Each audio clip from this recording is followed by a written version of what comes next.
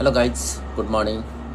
जुन हिजो संसद भवनमा हर्का साम्पाङज्यूले प्रतिपक्षी दलबाट एउटा आफ्ना विभिन्न किसिमका प्रस्तावहरू राख्नु भएका छन्। त्यो एकदमै जायज कुराहरू हुन्।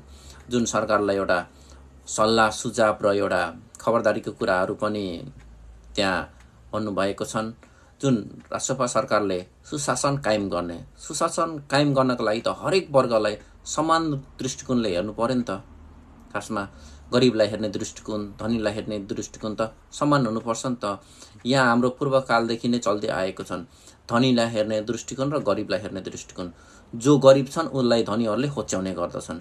त्यो प्रवृत्ति अब हट्नुपर्छ, किनकि अब युवाहरूले चलाएको एउटा सुशासनको सरकार हो, जुन अहिले पनि हटाउन सकेन भने कहिले पनि हटिँदैन। त्यो कुराहरू विभिन्न किसिमका बाधा अर्चनाहरू आउने गर्छन्। त्यसलाई हामी गरिबलाई हेप्छौँ, गरिब बिना देश चल्छ, संसार चल्छ। काठमाडौँमा बसेका गरिबहरूलाई खेदै हाल्नुपर्छ भन्ने किसिमको नीति अख्तियार गर्यो भने भोलि तपाईँको चाहिँ यहाँ घरहरू बन्छन्, बाटाहरू बन्छन्, फोहोर तपाईँको चाहिँ उठाउने काम हुन्छ। यहाँ तपाईँ हामीले गर्ने हो।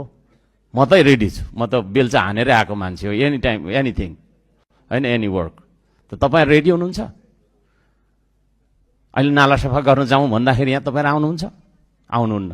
भनिसकेपछि हरेक वर्गका मान्छेको काम हुन्छ। यो कुरालाई पनि बुझ्नुपर्छ र त्यसरी नै मान्छेलाई चाहिँ सम्मान गर्न सकौँ, हामी आफू पनि सम्मानित बन्न सकौँ। म यो भन्न चाहन्छु।